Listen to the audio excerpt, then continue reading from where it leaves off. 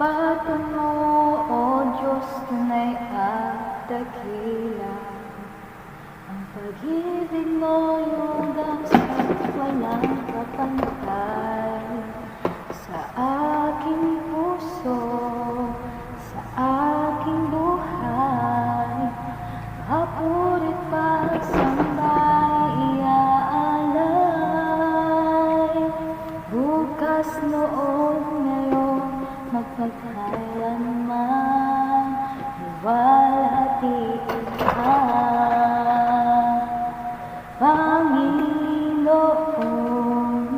kaibuti mo sa amin. Likha